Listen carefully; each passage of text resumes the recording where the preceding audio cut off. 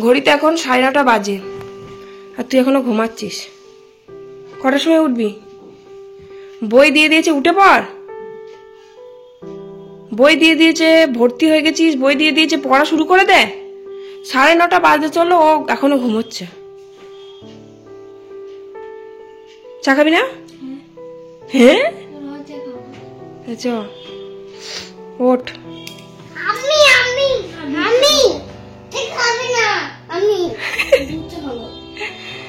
এই যে দেখো স্টিলের চা ছাকনাটা, যেটা বেলা থেকে কিনে নিয়ে আসলাম না, এই মাঝখানটা স্টিল আছে, আর এই যে নেটটা, এই নেটটা কিন্তু স্টিলের, বেশ ভালো।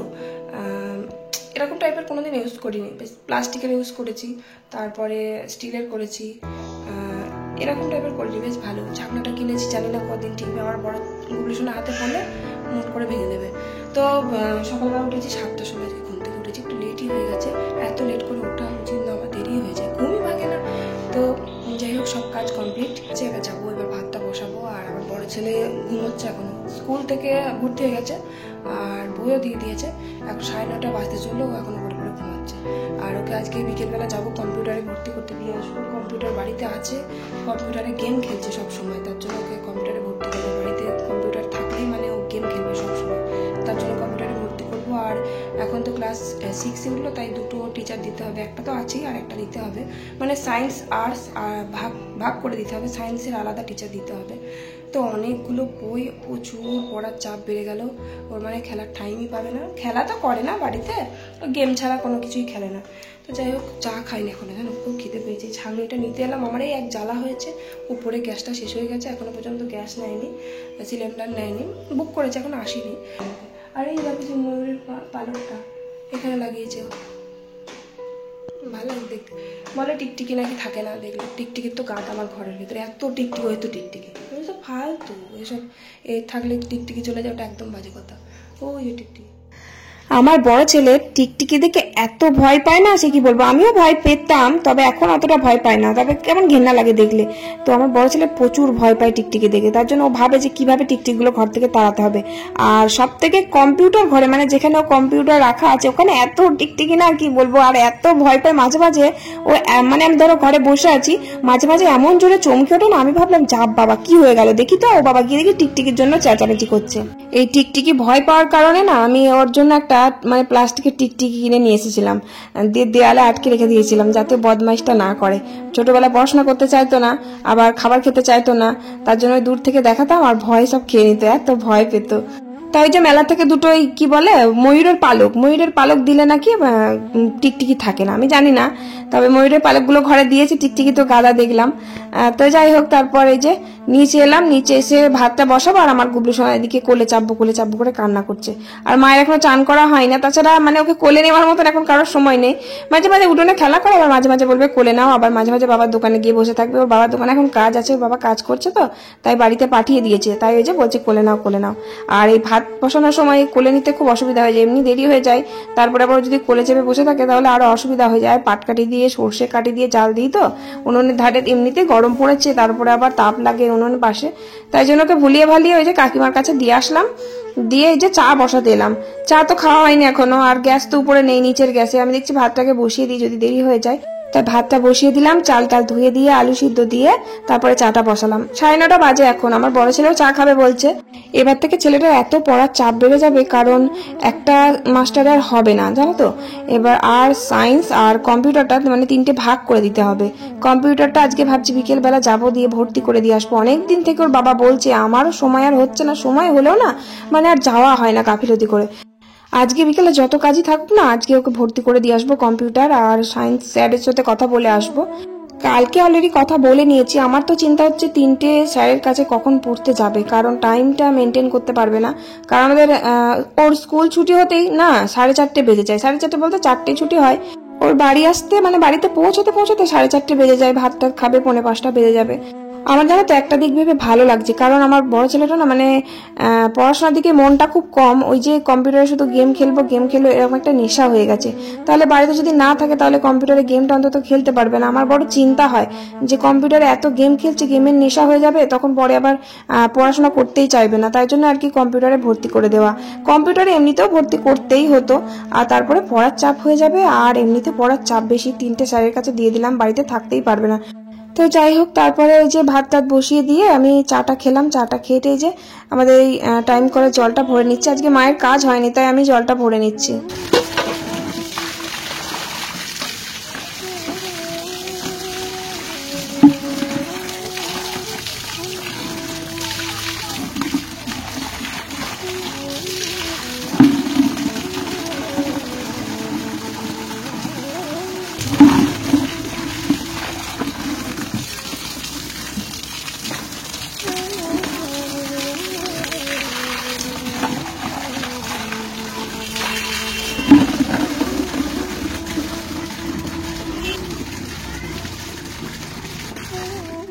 জলগুলো ভরে রাখলাম, দিয়ে যে রান্নাঘরে চলে এলাম, আর উনুন তো নিভে গেছিল জল ভরতে ভরতে।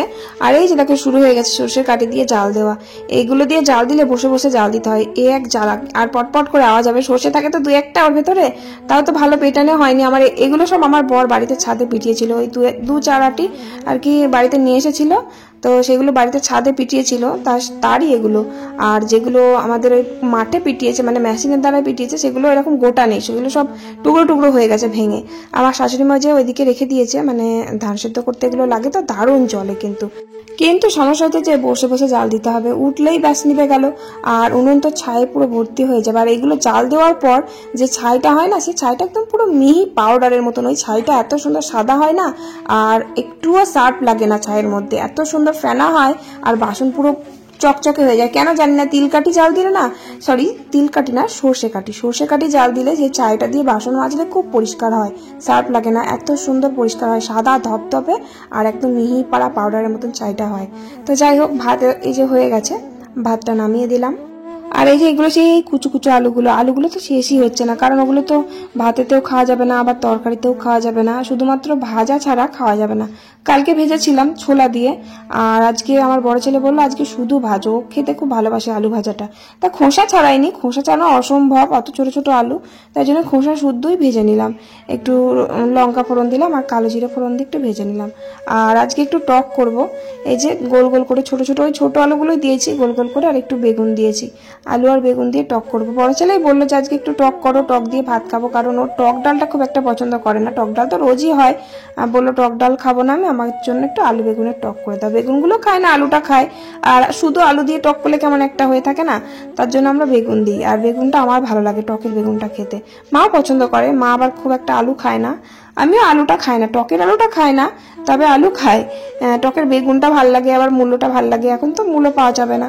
তো যাই হোক, তারপর ওদিকে টকটা বসিয়ে দিয়ে আসলাম, আর দুটো মাছ এনেছে, মাছ দুটো ওই যে কাটতে এলাম, মাছগুলো কেটে নিলাম, কেটে এই যে মাছগুলো ধুয়ে নিচ্ছি, আর ওদিকে টকটা হচ্ছে বসানো আছে।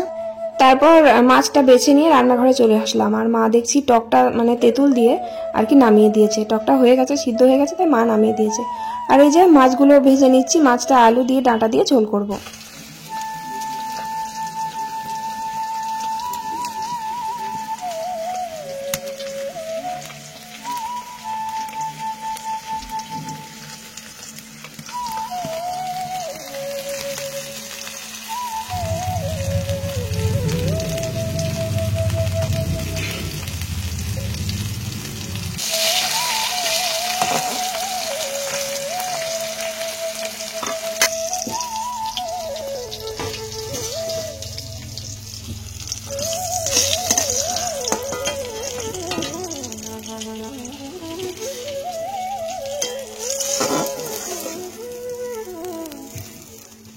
মাছটা ভেজে নিয়ে আর ডাঁটা আলু দিয়ে তরকারিটা বসিয়ে দিয়ে আসলাম, দিয়ে যে হাঁড়ি কড়াইগুলো মেজে নিচ্ছি। আর আজকে নিম পাতা ভাজা হবে জানো তো, কিন্তু আজ হচ্ছে যে আমি ভাজবো না, আমার ছেলের জন্মবারে তো ভাজতে নেই, আমার 2 ছেলের জন্মবারই একই দিনে। তবে একদিকে ভালো, আমাকে একটা বার পারলেই হয়ে যায়।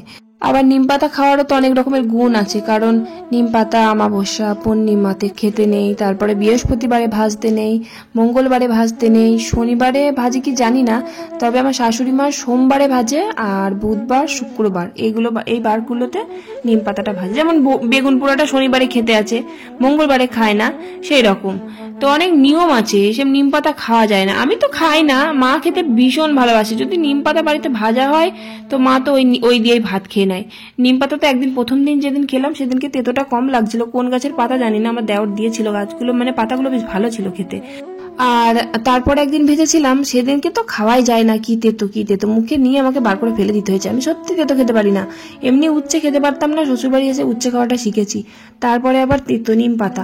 আমার বর তো কালমেঘ পাতা, মানে কালমেঘ পাতা কিন্তু নিম পাতার থেকেও বেশি তেতো। আমার বর কালমেঘ পাতা সকালবেলা খালি পেটে চিবিয়ে খেয়ে নিতে পারে। আমি তো মানে দূরে থাকি, ওইসব খেতেই পারবো না। তেতোর দিক থেকে আমি একদম খেতে পারবো না, যতই আমাকে জোর করুক সত্যি আমি খেতে পারবো না। যেমন আমার বড় ছেলে খেতে পারে না, আমার ছোট ছেলেটা আবার খেতে পারে, মানে দিলে খেয়ে নেয়, মানে মুখটা কেমন করে তেতোর জন্য, অতিরিক্ত তেতোর জন্য, কিন্তু দিলে খেয়ে নেয়। আর আমার বাবাকে দেখেছি ছোটবেলা আমাদের বাড়িতে কালমেঘ পাতার চাষ ছিল, ওরে বাবরে এত কালমেঘ পাতা বাবা লাগাতো বাড়িতে, প্রত্যেকদিন সকালবেলা দেখতাম মুঠো মুঠো করে তুলতো আর বসে বসে চিবিয়ে খেয়ে নিত। আর বাবা আসলে আমাকে জোর করতো না তেতো খাওয়ার জন্য। বাবা যদি বলতাম খাবো না, তো ব্যাস বাবা কি করতো, বাবা কালমেঘ পাতাগুলো দেখতাম বাঁটতো, বেটে ছোট্ট ছোট্ট করে বড়ি দিয়ে রেখে দিত, দিয়ে শুকিয়ে গেলে কোটোয় ভরে দিত, দিয়ে আমাকে দাদাকে একটা করে প্রত্যেকদিন দিত। আমার বাবা জানো তো আমাকে চান করিয়ে দিত। আমার বাবা মানে খুব যত্ন করতো, আমাকে খুব ভালোবাসতো, যত্ন করতো। মা তো অবশ্যই ভালোবাসতো, কিন্তু বাবা একটু যত্ন করতো। আমার না সেই সব দিনগুলো বড্ড মনে পড়ে মাঝে মাঝে, যখন মন খারাপ করে। বাবা মা চলে গেছে বহু বছর হয়ে গেল, তবুও মন তো খারাপ করে, বারবার মনে পড়ে। মাঝে মাঝে মনে হয় মা আজকে থাকলে, বাবা আজকে থাকলে কত খুশি হতো, কত আনন্দ হতো বলো তো। আমার গুবলু সোনা তো দিদাকে দেখতেই পেলো না, দিদা দাদুকে দেখতেই পেলো না। আমার বড় ছেলে দাদুকে দেখতে পায়নি, কিন্তু দিদাকে দেখতে পেয়েছে। আমার বড় ছেলে হওয়ার আগেই আমার বাবা মারা যায়। আমার খুব মনে আছে, আমি কত বড় অবস্থাতেও বাবার কোলে করে ঘুরে বেড়াতাম। বাবা বড্ড ভালোবাসতো, ভোরবেলা উঠে পিঠে মাসাজ করে দিত, হাত পা গুলো টিপে দিত। এই দিনগুলো না আমার বড্ড মনে পড়ে। আর বিশেষ করে মনে পড়ে যখন মানে শরীরটা খারাপ করে চুপচাপ শুয়ে থাকি একা একা ঘরে, তখন আমার বেশি মনে পড়ে বাবা মায়ের কথা। মানে মনে তো পড়েই সব সময়, আর যখন কষ্ট হয় দুঃখ হয় তখন তো আরো মনে পড়ে। এই মাকে ফোন করতাম, মাকে বলতাম মা এই হয়েছে তাই হয়েছে, বাবার সাথে কথা বলতাম, সেই সব দিনগুলো বড্ড মনে পড়ে। তো যাই হোক, মনে পড়েও আর কি হবে বলো, যে চলে গেছে সে তো আর ফিরে আসবে না না। আর নিম পাতাটা ওই যে বললাম না আমি ভাজবো না, আমার শাশুড়ি মা ওই যে নিম বেগুনটা ভাজলো, আর কড়াই টড়াইগুলো আমি মেজেছি, মায়ের ভাজা হয়ে যাওয়ার পর কড়াই বাসনগুলো সব মেজে নিয়েছি। দিয়ে তারপর চান টান করে গুবলু সোনাকে খাওয়ালাম, দিয়ে ঘুম পাড়িয়ে দিয়েছি আমি খাচ্ছি। তবে আমি তো নিম পাতা খাবো না, আমি হাতে করে নিয়েও আসিনি, মানে আমি খাবো না বলে আমি আর ওর বাবাকেও দিইনি, মানে আমার বরমশাইকেও দিইনি, কোথায় হাত লেগে যাবে, আমার মুখে চলে যাবে, তাই জন্য আর নিয়ে আসিনি নিম পাতাটা। তো যাই হোক, তারপর ভাত টাত খেলাম, ভাত খেয়ে এই যে বাসনগুলো ধুয়ে নিচ্ছি।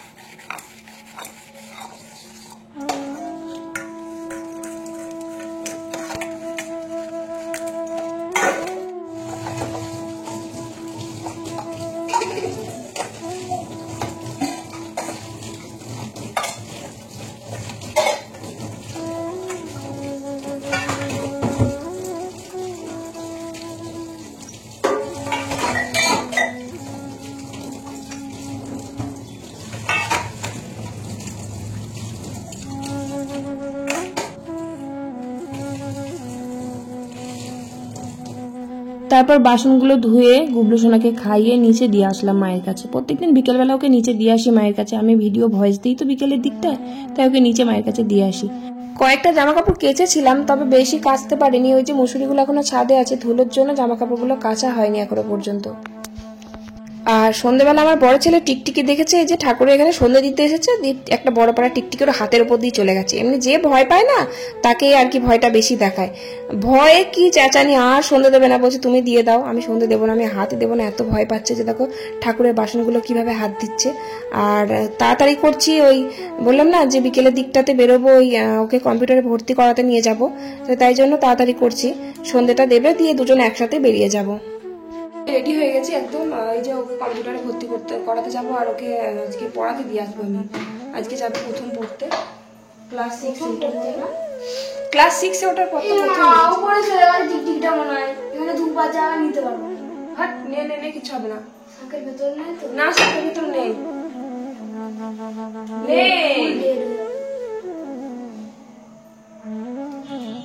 নেই রে বলছি নেই।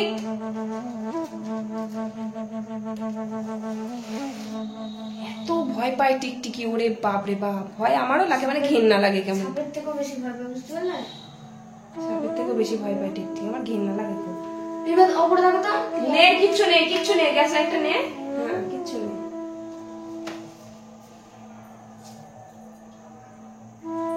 চ দিয়ে ও রেডি হয়ে গেছে। ও সন্ধ্যেটা দাঁড়াবো তোর কাছে। ও সন্ধ্যেটা দেওয়া হলে বেরিয়ে যাবো আমরা। 6টা বেজে গেছে। ওকে আগে কম্পিউটারে ভর্তি করব, তারপরে ওকে পড়াতে দিয়ে দেবো, চলে যাবে। সাইকেল নিয়ে যেতে বললাম, আমি হেঁটে যাব, ও সাইকেলে যাবে। আমি একা যাবো না, ননদটাকে বললাম, ও আর আমি যাবো। আসার সময় তো আমাকে একাই আসতে হবে, তাই জন্য বললাম চলো যাই, দুজন গল্প করতে করতে যাবো, আসবো। ও পড়তে চলে যাবে আর আমি চলে আসবো। আমি আর যাবো না ওদিকে। কম্পিউটারটা আগে, তারপর ওর প্রাইভেট টিউশন। তো বড় ছেলেকে কম্পিউটারে ভর্তি করে দিয়েছি। ভর্তি করার পর দেখছি অনেকটা দেরি হয়ে গেছে। আসলে আমি কম্পিউটার যেখানে আর কি ভর্তি করিয়েছি ওই জায়গাটা আর কি চিনি না। তো এবার কম্পিউটার স্যারকে ফোন করে আর কি ঠিকানাটা জেনে নিয়ে তারপরে আর কি কম্পিউটার ওখানে ভর্তি করলাম। ভর্তি করার পর দেখছি 7:30 বেজে গেছে। এমনিতে আমাদের বাড়ি থেকে বেরোতে অনেক লেট হয়ে গেছে। তারপর ভাবলাম যে এখন পড়তে গেলে 7:30টার সময় যদি পড়তে যাই তাহলে তোকে একাই আসতে হবে, সাইকেল নিয়ে একা আসবে, 9টা বেজে যাবে। অনেকটা ভিতরে, এতটা ভিতরে না সে কি বলবো, মানে পুরো অন্ধকার ওইদিকে রাস্তাটা একদম। তো ম্যামের কাছে পড়তে যাবে বলে বই টই সব গুছিয়ে নিয়ে এসেছিল। তো আমি বললাম আজ থেকে আর যেতে হবে না, তাহলে কাল থেকে যাবি। এমনি তো 5টা থেকেও পড়তে যায়, তাহলে 5টা থেকে পড়তে গেলে 7:30টায় ছুটি হয়ে যায়, 7:30 8টায় ছুটি হয়ে যায়, বাড়ি চলে আসে। কিন্তু 7:30টায় যদি যাই তাহলে কত রাত হয়ে যাবে বলো তো, তাই জন্য আর পাঠালাম না। বলে চ বাড়ি চলে যায় একসাথে, কাল থেকে আবার পড়তে আসবি। তো তারপরে যে ননদিনী একটা নেকলেস কিনছে ওখানে দোকানে এসেছি, দোকানটায় দাঁড়ালো। আমি কিছু কিনছি না, আমার বড় ছেলে বলছে একটা পারফিউম নাও। পারফিউম ওকে কিনে দিলে কি করে জানো, পারফিউম যখন তখন যেখানে সেখানে স্প্রে করে। আর আমার না মানে পারফিউমের গন্ধ একদম সহ্য হয় না, কেমন গাটা ঘোলায়, আমি সহ্য করতে পারি না। মেন কথা আমি এখনো পারফিউম ইউজ করি না, মানে যদি খুব সুন্দর মিষ্টি গন্ধ হয় সেটা ইউজ করি, তাছাড়া আমি একদম মানে সহ্য করতে পারি না, মানে মাথা ধরে থাকে একদম, জানি না কেন কিসের জন্য। সবাই পারফিউম মোটামুটি ইউজ করে কিন্তু আমি করতে পারি না। তো যাই হোক, তারপর একটা রেস্টুরেন্টে এলাম। তা খিদে পেয়েছিল, আমার বড় ছেলে বললো পকোড়া খাবো, পকোড়া নাও। তো ওর জন্য পকোড়া কিনলাম, 3জনেই খাচ্ছি। আর ভাবছি একটু চাউমিন খাবো আর বাড়ির জন্য নিয়ে যাব, কারণ আমার গুবলু সোনা চাউমিন খেতে ভীষণ ভীষণ ভালোবাসে। ও যতই ঝাল হোক না কেন চাউমিনটাও খায়, খুব ভালোবাসে, মানে পছন্দ করে খেতে। আর গুবলুকে খাইয়ে এসছি, সুজি খাইয়ে এসছি, বাবা মায়ের কাছে আছে, ও গিয়ে যে একটু চাউমিন দেবো, খাবে, তা না হলে দুধ খাইয়ে দেবো। চাউমিনও খাবে, আমি ভালো করে জানি, ও ভীষণ ভালোবাসে খেতে। আমার বড় ছেলে আবার বলবে বাড়ির চাউমিন খেতে ভালো লাগে, ও বাইরের চাউমিন খুব একটা পছন্দ করে না। আমাকে শুধু বলে যে তুমি বাড়িতে বানিয়ে দাও। বাড়িতে বানিয়ে দিতে ইচ্ছা করে, কিন্তু পেট ভরে খায় না, মন ভরে খায় না। একটুখানি পাতে দেবো, ওই একটুখানি খাবে, ব্যাস, মানে পেট ভরে খাবে না। যদি একটু মন ভরে বেশ তৃপ্তি করে খায় ভালো লাগে দেখতে, যা ইচ্ছা বলে তাই বানিয়ে দিই, জানো তো। কিন্তু মন ভরে খায় না বলে বড্ড খারাপ লাগে। তোমার জন্য কি এনেছি আমি, বাবা? ও বাবা, রাগ হয়েছে? হয়নি? তাহলে আমার কাছে আসো, আমার কোলে কোলে এখানে আসো, এখানে আসো, এখানে আসো। তাহলে এখানটা বসো, এখানটা বসো, এখানটা বসো। এটা কে খাবে? আমি। তাই?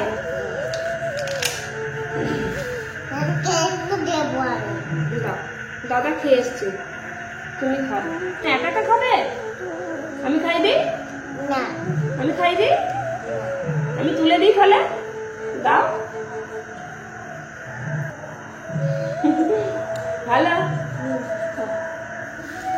বাবা, আমার সোনা একা একা কি সুন্দর খাচ্ছে, দেখেছো তো? ও একা একা এত ভালো খেতে পারে। হ্যাঁ, আমার সোনা খুব ভালো ছেলে, গুবলু, খুব মজা, খুব মজা। খাও। এখন বাজে দেখে, এখন 11টা 10 বাজে। 11টার সময় আমাদের খাওয়া দাওয়া শেষ হয়েছে। আর গুবলু সোনা চাউমিন খেতে এত ভালোবাসে না, খুব মানে খুবই ভালোবাসে চাউমিনটা খেতে। চাউমিন খেয়েছে, ভাত, একটুকু ভাত খেয়েছে। ওটো এখন 11টা 10 বাজে, আমাদের এত দেরি করে কোনোদিনও ঘুমানো হয় না, মানে শুয়ে পড়ি, ঘুমোতে ঘুমোতে 12টা বেজে যায়, গুগুসোনা ঘুমোতে চায় না, অনেক দেরি করে ঘুমোতে। এই পাখাটা বাড়াতো বাবু, শুয়ে পড়ো শুয়ে পড়ো শুয়ে পড়ো শুয়ে পড়ো। এখন 2 ভাই মিলে মারামারি করবে, তারপরে ঘুমোবে। জলের বোতলটা দাও, পড়ে যাবে। বাবা রে, বোতল একদিন কি করেছে, 1 বোতল জল পুরো বিছানায় ঢেলে দিয়েছে। আমি জল খাই রাত্রেবেলা, জলের বোতল ভরে রেখেছিলাম এনে, পুরো বড় বোতল ছিল, ওটা এর থেকে একটু বড়, 1 বোতল জল পুরো বিছানায় ঢেলে দিয়েছে। আমার খেয়াল ছিল না, বিছানার মধ্যে ছিল বোতলটা। বললাম পাখাটা একটু বাড়াতো, কি গরম। সবাইকে গুড মর্নিং বলে, আবার গুড নাইট বলে দাও। দেখো দেখো, আমার দিকে তাকাও। পাখা বাড়াতে গেছে, হ্যালো, পাখা বাড়িয়ে দিয়েছে। হ্যালো, আমার মনে হলো খুব কাজের। এদিকে আসো, আমার দিকে তাকাও, আমার দিকে তাকাও। হ্যাঁ, এখানে গুড নাইট বলে দাও সবাইকে, বলো টাটা, গুড নাইট। হ্যাঁ, tata, bye bye, good night. সবাই লাইক করে দিও, আর একটা কমেন্ট করে দিও। Bye bye.